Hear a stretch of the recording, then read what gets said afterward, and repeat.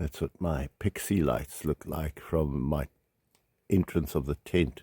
So here are my pixie lights, and wow, was it nice having them camping. So let's get some breakfast going. Well, hello all. It's the morning of the first day of the Feast of Tabernacles. We're really going in style this year. There's no stealth camping here. This is glamping. I've got some coffee. I've got some rusks. I'm going to just throw the rusks into the coffee to soften. And then we'll have those. And I'm going to make a classical breakfast of mine, which is I take potato, put it on this apple corer, and then rotate it like this, and there we've got our lovely potato peeled. Let's do it a second one. Do you hear the peacock? That's a peacock.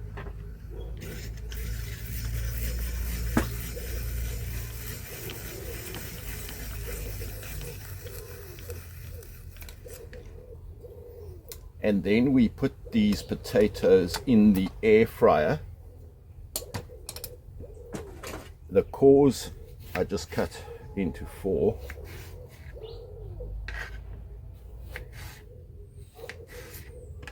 And then we put this in the air fryer like this.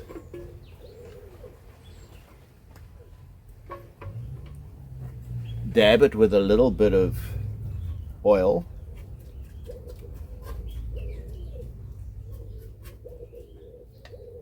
And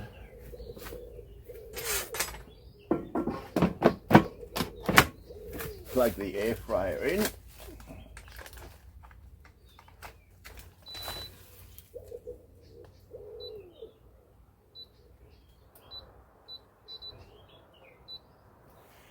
And then let the potatoes cook while we have our rusks.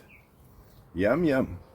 How simple was that to get breakfast going? So, one of the purposes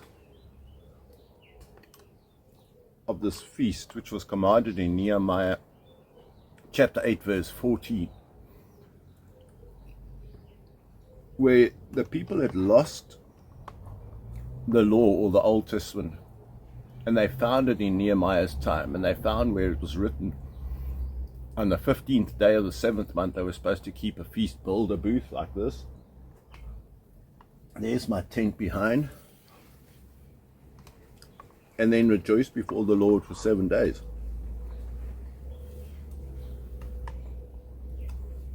So they did it. I want to find out what they gained by doing it. Now, bear in mind that I'm doing this more or less alone. Can you imagine if the whole of Israel, or the whole of the nation, or all your neighbors, all the houses around were all building little houses and shelters like this? Then they're having breakfast, and then they're inviting each other over. And the whole point, so this is like a Sabbath day, this first day. The whole point is to talk about the Lord, to rejoice in the Lord, to talk about His goodness and what He's done. And I think camping is just such fun. This is such a change from my normal lifestyle. I'm sitting out here. You should hear the birds in the morning.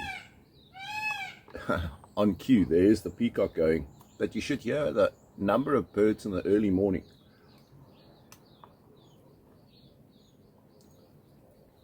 So it's quite a back to nature experience. But it's also very sociable. And it's convocation means getting together, but getting together with God. God should never be left out of his religious festivals. He should be talked about, included, praised, worshipped. And so I'm trying to find out why it is that they were to build booths. I mean, it sounds so bizarre that of all the things that God could choose to do, he would say to them, for one of their two major festivals, that he wants them to live in a booth of branches. It's primitive. This is primitive, even though I've got my air fryer.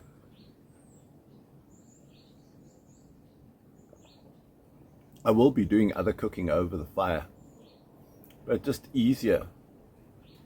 So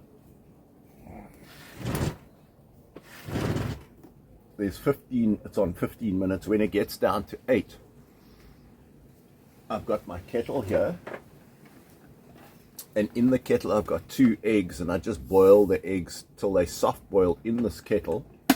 So when it gets down to 8 minutes, I'm going to also start boiling the eggs, and then I dip the lovely chips or potato fries in the egg yolk, and it's so delicious. So that's one of my favorite breakfasts. Also, you could see with this apple peeler corer, that's very quick and easy to peel in a potato. So I would imagine that there was something in it about egalitarianism, about how all people are equal, how it's not about materialism, how everyone should rejoice together as equals, rich and poor, and share everything they have. So I think that was one of the main points of it. So let's let this cook further. So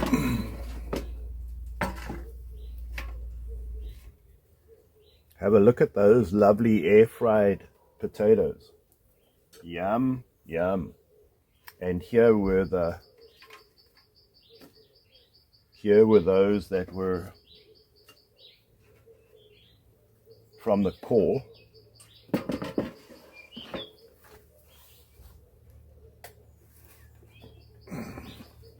Here is my kettle. Let's get the boiled eggs out.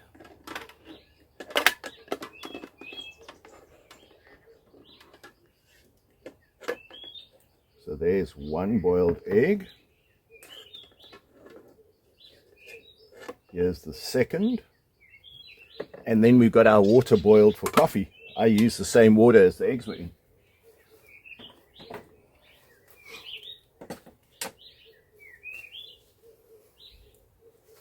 So I was talking about the reasons for the feasts, and while this was cooking, something came to me. In the Old Testament, these feasts were kept communally. In the New Testament, they were kept as what are called agapea feasts, talked about by Timothy, well, by Paul, I think, to Timothy, spoken about by the Apostle James, and also Jude. They talk about love feasts. And what people used to do is get together, share their food, rich and poor, eat together, worship together. Normally occurred when you were having a church service, say after a church service. Just look at that beautiful soft-boiled egg. Got salt here underneath. Dip the egg in. One of my favorite meals.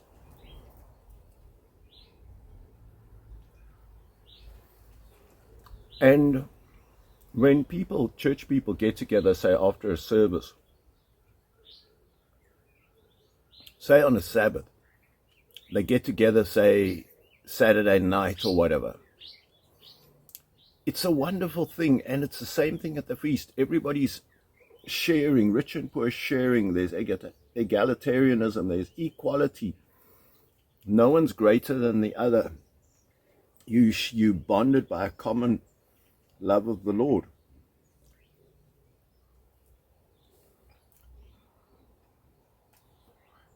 And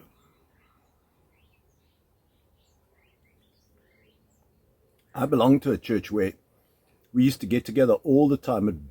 It formed such a bond of friendship when people get together after their services for a meal, especially on Sabbath or holy days. And we used to then speak till midnight talking about biblical things, discussing doctrines from the Bible.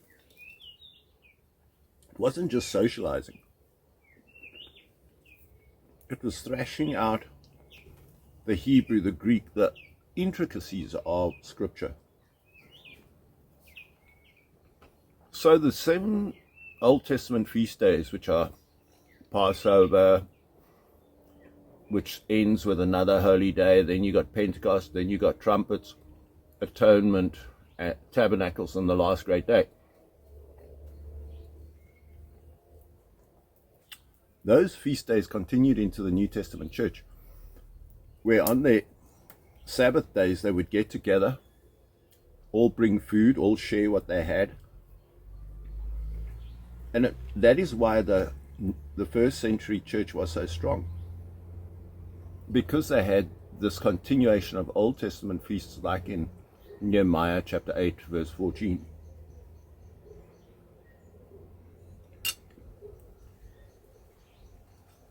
And that is why the New Testament people were able to withstand persecution.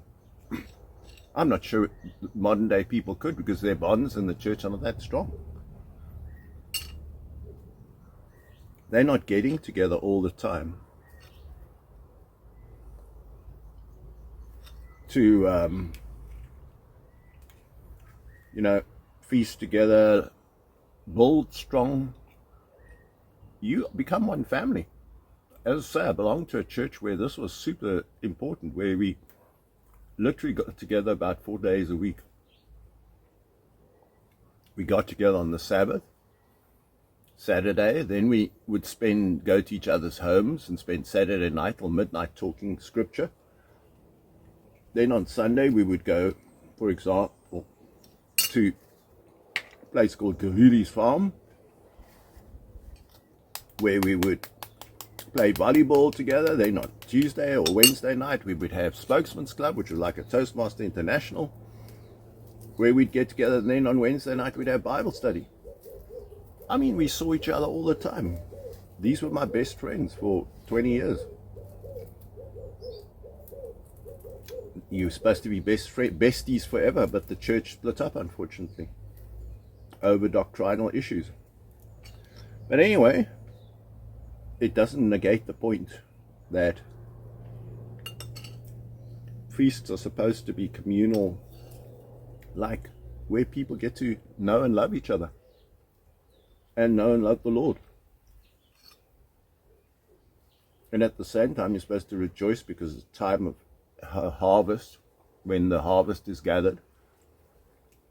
In Israel, this would be the second harvest of like the wine crop, the grapes. And people recognize that if the weather didn't cooperate, if God didn't bless them, they had no food for the year. And maybe that's what we need in the modern era too, is people more aware that everything they have comes from the Lord. Well, that was super delicious.